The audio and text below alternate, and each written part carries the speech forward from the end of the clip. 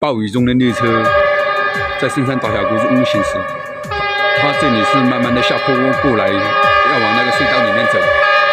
我们看它要撒多少那个沙，铁轨是会打滑的。下雨天，把长条再拉一点点。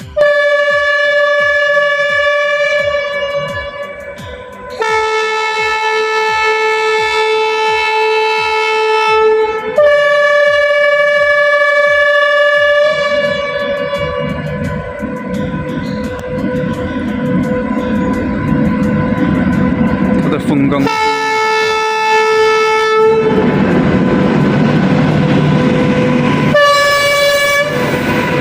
看到没？这里是下坡。